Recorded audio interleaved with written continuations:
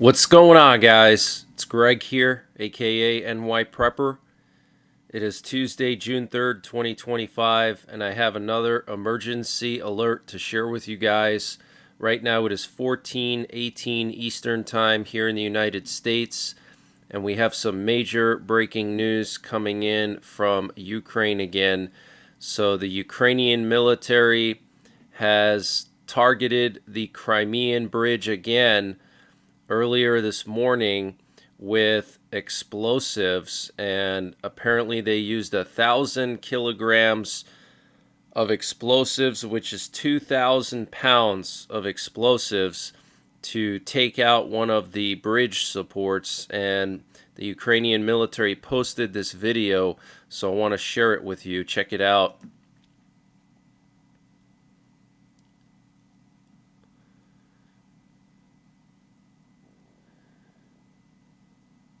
So this is absolutely insane, guys. This is coming right after they took out 34% of Russia's strategic bombers. Then they go after the Kerch Bridge, and the American officials are now saying that they expect that Russia will mount a significant retaliation against Ukraine for the strikes over the weekend on the bombers. And now with this happening, I'm sure that's definitely going to happen soon. And U.S. intelligence has not so far identified what Russia is likely to strike, but officials believe Moscow could renew drone strikes on civilian targets, hit the energy grid, or launch new waves of intermediate range ballistic missiles, okay, the Oreshniks. And yesterday, Putin commented on the strikes on the bombers in Russia. He said Ukraine attacked our bases where Russian strategic bombers are located. They proved that there can be no peaceful solution. They have prepared their own end with this action. There is no more red line. They will regret what they did. Wow. So that is allegedly what Putin said yesterday. And we're hearing unconfirmed reports from Russian sources that Russia's strategic missile commander said that all targets of the enemy, which would be Ukraine, have been locked on and are waiting for Putin's command. Wow. And Russia apparently plans to withdraw from the no first use nuclear policy amid the Ukrainian strikes. And we heard yesterday that Russian strategic aviation communication lines have gone active, and also there was a Russian Doomsday code transmitted. This code is known as a monolith, a Russian monolith, and it was transmitted yesterday on Russia's primary nuclear war frequency known as the buzzer. So this is just absolutely insane. The Russians are preparing some kind of massive retaliation against Ukraine, and my guess is it's going to have to be something drastic. It's going to have to be as drastic or more drastic than what Ukraine did to Russia. Otherwise, Russia's going to look weak and Putin is going to look weak, okay? And Putin cares about what people think of him around the world. He wants people to be afraid of him, okay? So potentially Oreshniks, potentially even nuclear, okay? I heard some reports that Russia was preparing a limited nuclear strike, which, makes sense, but we'll have to wait and see. We're not going to know until it actually happens, and I'm going to be covering it live. When it all goes down, I will be covering it live. So make sure you're subscribed. Make sure you have notifications turned on. Also, download my app. It's for free for Google and for Apple. There's a link in the description down below, so this way I can notify you if YouTube doesn't notify you. And the Ukrainians said that Russia was planning Operation Zeus Lightning, which was going to be the largest ever cruise missile attack on Ukraine since the start of the war on the night of June 1st, which forced Ukraine to carry out this strike on Russia's bombers ahead of time before they could carry that out. So we did hear last week some reports that Russia was planning a huge attack, the largest attack yet of the entire war. And the Ukrainians are saying that this is why they had to carry out this attack before Russia did that, okay? And last night, Ukraine launched another major drone attack consisting of over 200 long-range attack drones. They targeted the Russian-occupied Crimea and the southern parts of Ukraine occupied by Russia. They took out power infrastructure in Zaporizhia, causing the occupied parts of Zaporizhia to lose power. And Iran has been seeking to bolster its air defenses as the military prepares for the possibility of an Israeli or U.S. strike against Tehran's nuclear infrastructure if negotiations over its enrichment program break down. Western intelligence assessments and satellite imagery reviewed by defense analysts suggest that Iran has since repositioned several surface-to-air missile launchers, including S-300 systems, near key nuclear sites such as Natanz and Fordow. Okay, so this is being reported by the Financial Times. Iran is relocating their S-300 air defenses near Natanz and Fordow, okay? And the total damage done to Russia's bomber force is estimated to be at $7 billion. We're hearing that at least one Tu-160 was destroyed. That's Russia's best nuclear bomber. It's part of their nuclear triad. One A-50 AWACS plane was destroyed, which is one of their few AWACS planes. And we're hearing that 34% of their strategic bombers were hit, okay?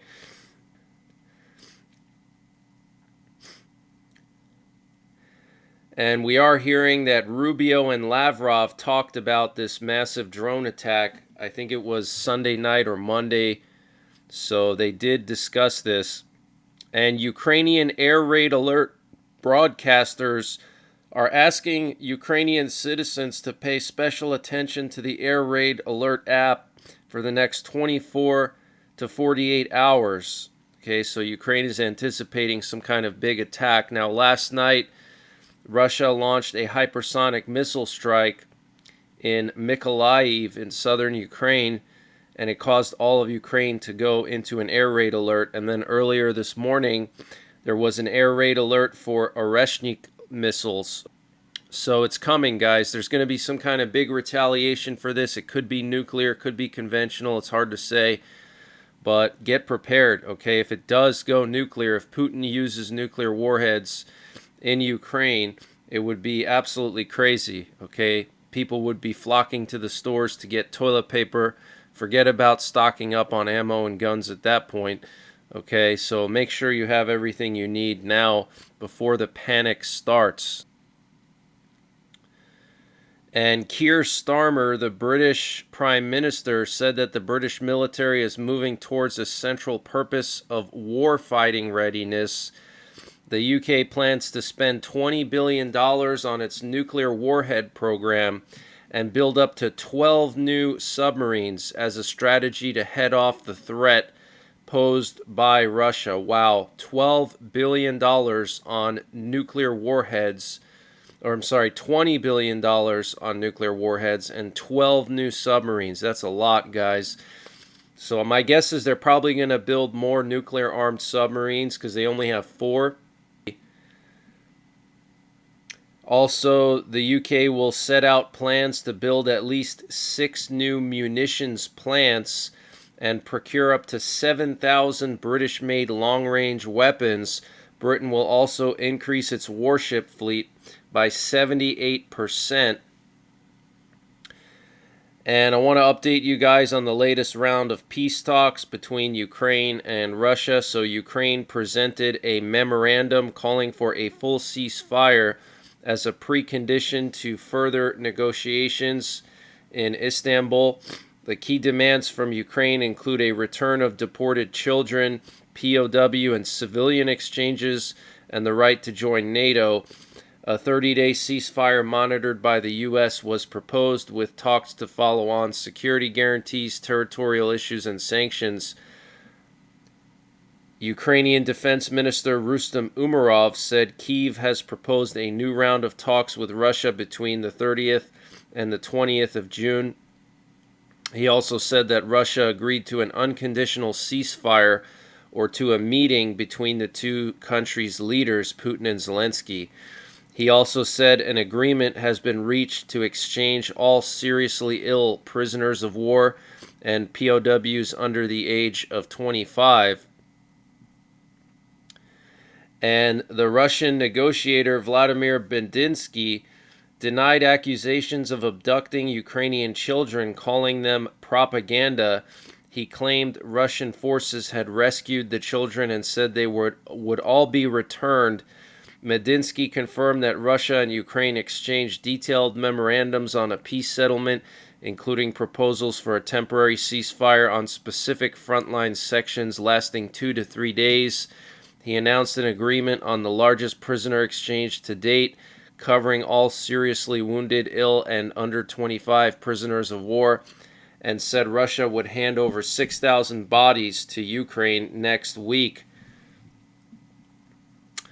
And Axios is reporting that Russia continues to demand the complete withdrawal of Ukrainian forces from the territories in Ukraine that it has annexed, Zaporizhia, Donetsk, Luhansk, and Kherson regions.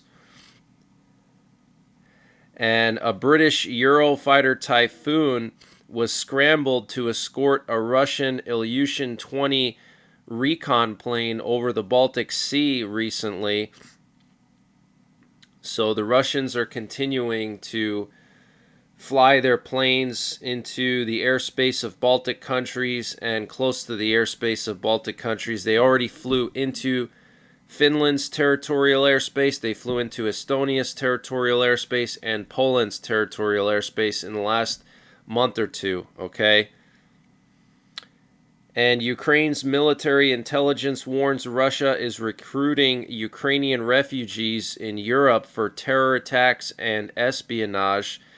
And the Syrian Observatory for Human Rights reported that U.S. forces are gradually withdrawing from their two largest bases in northeast Syria.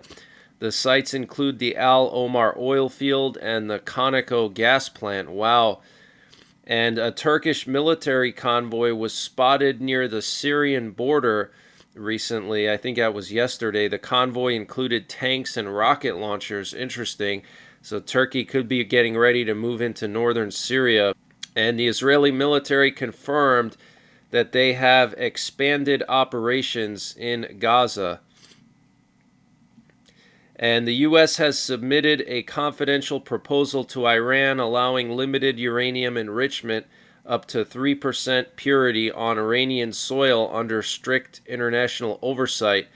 The deal would require Iran to dismantle some nuclear infrastructure, freeze centrifuge development, and suspend operations at underground enrichment sites.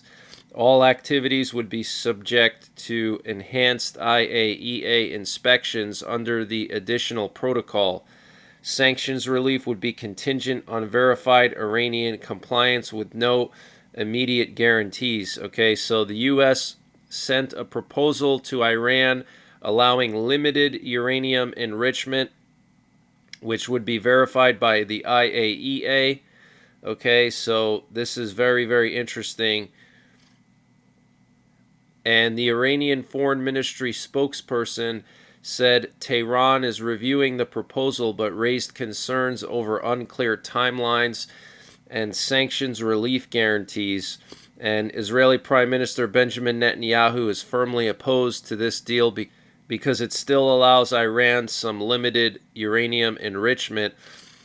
And further negotiations are expected in the coming days.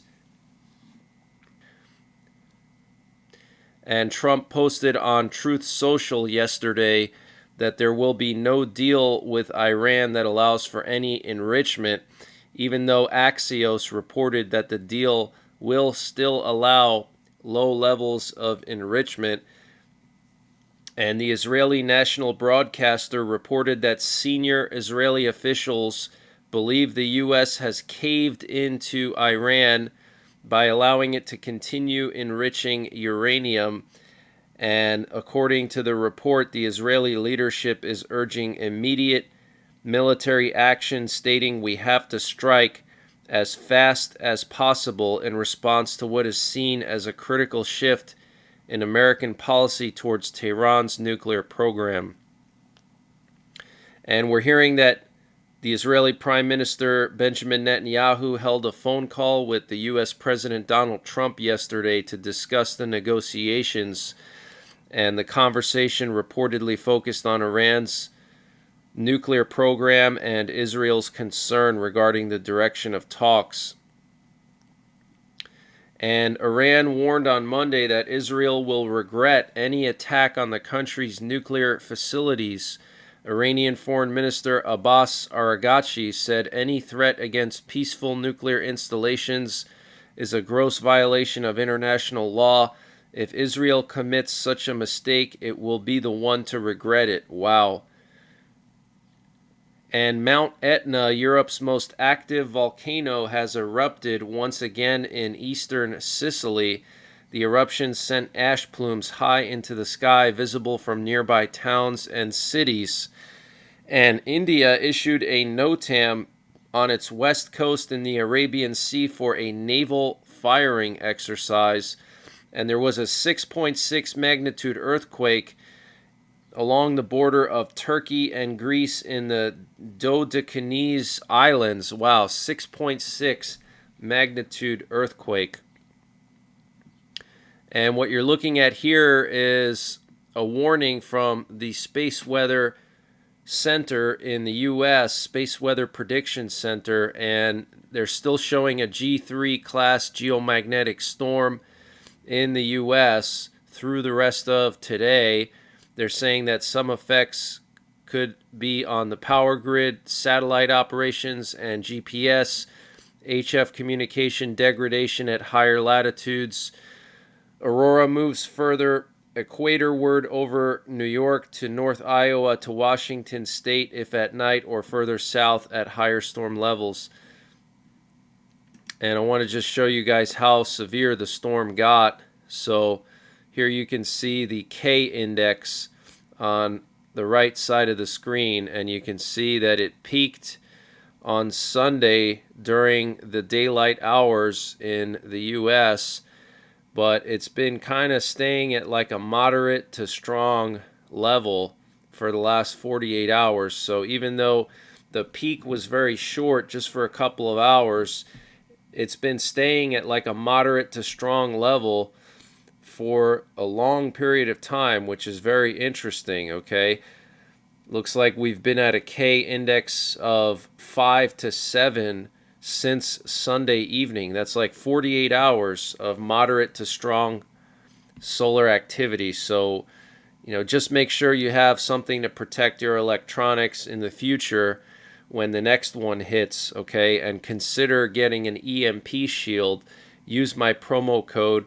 The link is in the description below this video, along with the promo code NYPrepper. You get 15% off.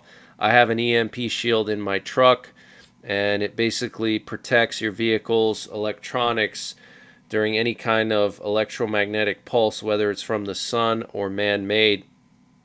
But that's the latest breaking news that I have. I might be back later on tonight to provide a live update and live coverage. Things are really, really escalating, so make sure you're getting prepared, because when Russia retaliates, I have a bad feeling it's going to be very, very severe, and it could even be nuclear, okay? And last night in the live stream, I addressed the reasons why Russia could use nuclear weapons and there would not be any fallout, okay? If they use an airburst warhead, the fireball from the nuclear detonation does not contact any material, any mass, okay? And when the fireball detonates in the air and it doesn't contact anything, there's no fallout. There's no fallout radiation, okay? There's just the initial radiation pulse, which lasts, maybe just a few seconds, and that's very localized.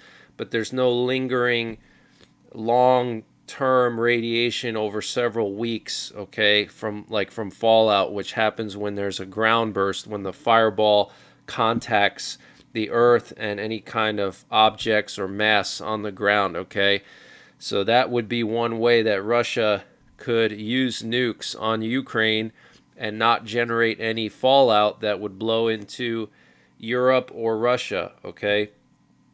But that's it for now. Maybe I'll see you later on. Take care, God bless, and don't forget the 3 P's. Prepare, practice, and persevere. Oil tank out.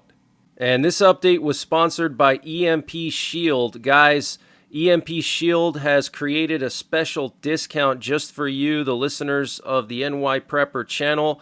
If you go to empshield.com and use the promo code NYPrepper, you can get 15% off your entire order. And why do you need an EMP Shield? Well, this is a special device to protect your vehicle, your RV, your solar generators, your radios from an electromagnetic pulse, which could be caused by a solar flare or potentially a rogue country like North Korea detonating an electromagnetic pulse weapon over the United States that's mounted onto a satellite. So protect your vehicles, protect your RV, protect your radios, protect your generators with an EMP Shield. Use my promo code NYPrepper to get 15% off. Installation is super simple. This is a veteran-owned business, 100% American-made, and the EMP Shields have been tested by the military, okay? And free shipping is included to the entire continental United States. And the link and the promo code are in the description below this video.